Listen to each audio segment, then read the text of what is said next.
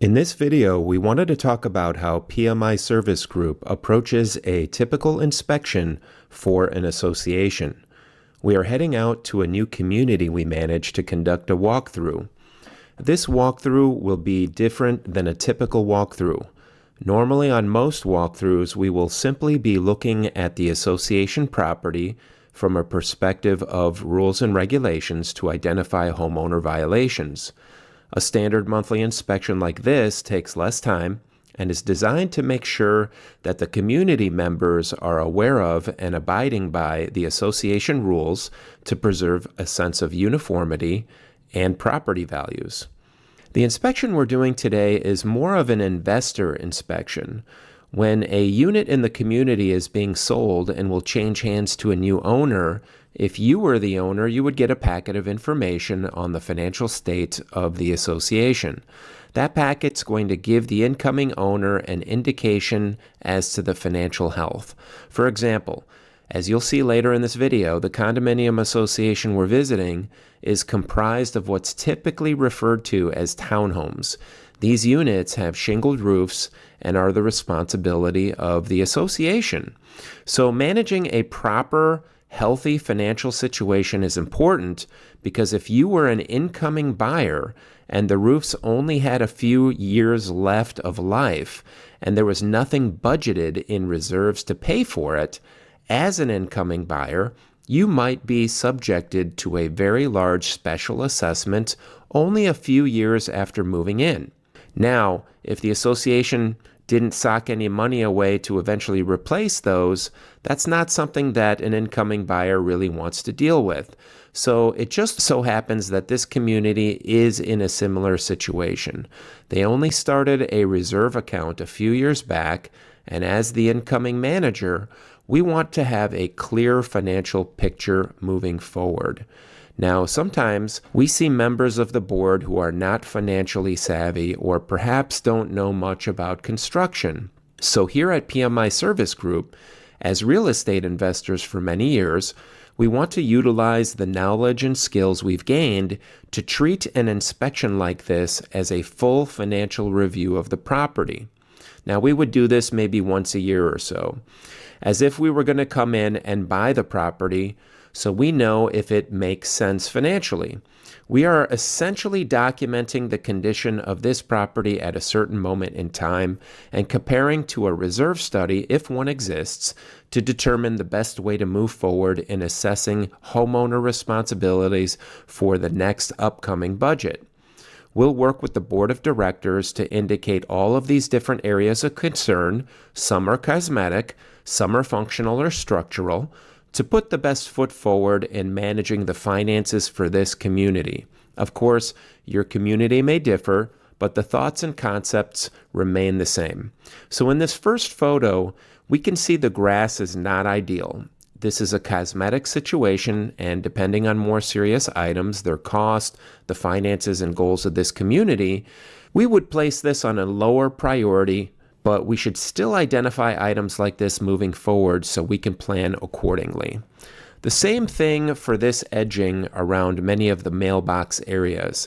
It's largely cosmetic, although one can make an argument it is also a tripping hazard for older community folks. Something to mention, but likely not at the top of the priority list. Now, this is an exposed and dangerous cavity in the ground where we can see some electrical wires. This is going to be a priority. We are in the early fall months and winter is coming, and we should get this secured and covered. As mentioned before, there are some older community members here, and we want to look for tripping hazards. This is a lifted section of the walkway which people directly walk on, and this should be presented to the board for rectification. Now here we see a wood fence dividing an unsightly area from public areas.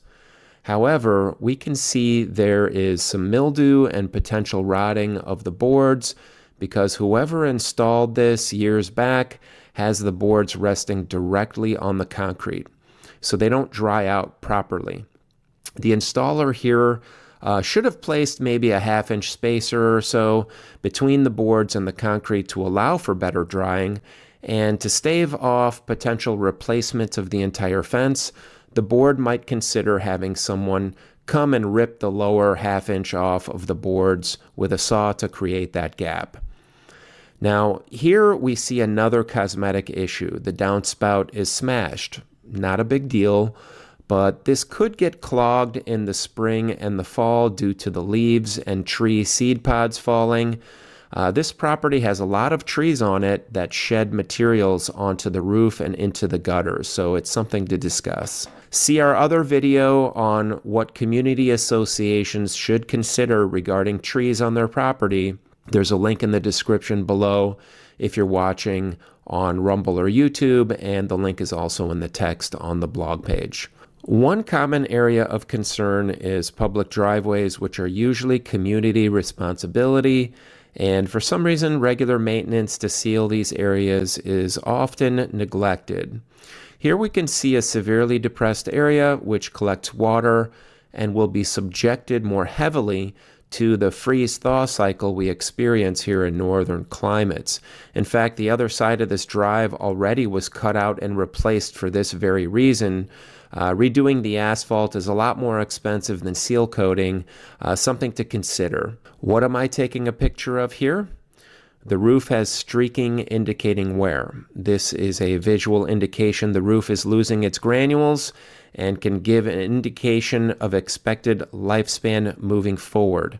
Of course, an independent roof inspection by a qualified company will be necessary at some point in the future, but after many dozens of roof replacements on investment properties, you can develop a good sense of approximately how long a roof will last in the future just by looking at it. So here we see a collapsed sewer that appears to have been covered by dirt and grass. We'll be calling the village township right away to make them aware of this and see if they can come out and fix this situation since it involves a sewer system. Some landscaping is being done here where earlier this week we had the irrigation company come and mark the lines and sprinkler heads. We want to double check and make sure that they came in like they said because we're going to pay them and marked the items correctly. It's always good to check on your vendor work. We see two different flag colors indicating lines versus heads. The small cost to pay for the company to come mark with will hopefully eliminate a much larger cost to repair irrigation lines should the landscapers accidentally damage the system. So here we see another issue, more of a tripping hazard. It's in the back area of one of the multi-unit structures where likely there isn't much foot traffic, but again, we do want to present all of these areas to the board of directors so that they are aware of them. Now here behind another building, we can see a significant change in grade, and what that means is the ground level changes between this multi-unit townhome structure and the property immediately behind it. When this was constructed 50 years ago or so, the builder installed this retaining wall to basically keep the ground flat and not have a very steep area, yet promote water runoff away from the property. These railroad ties over the course of many decades have pretty much exhausted their usefulness.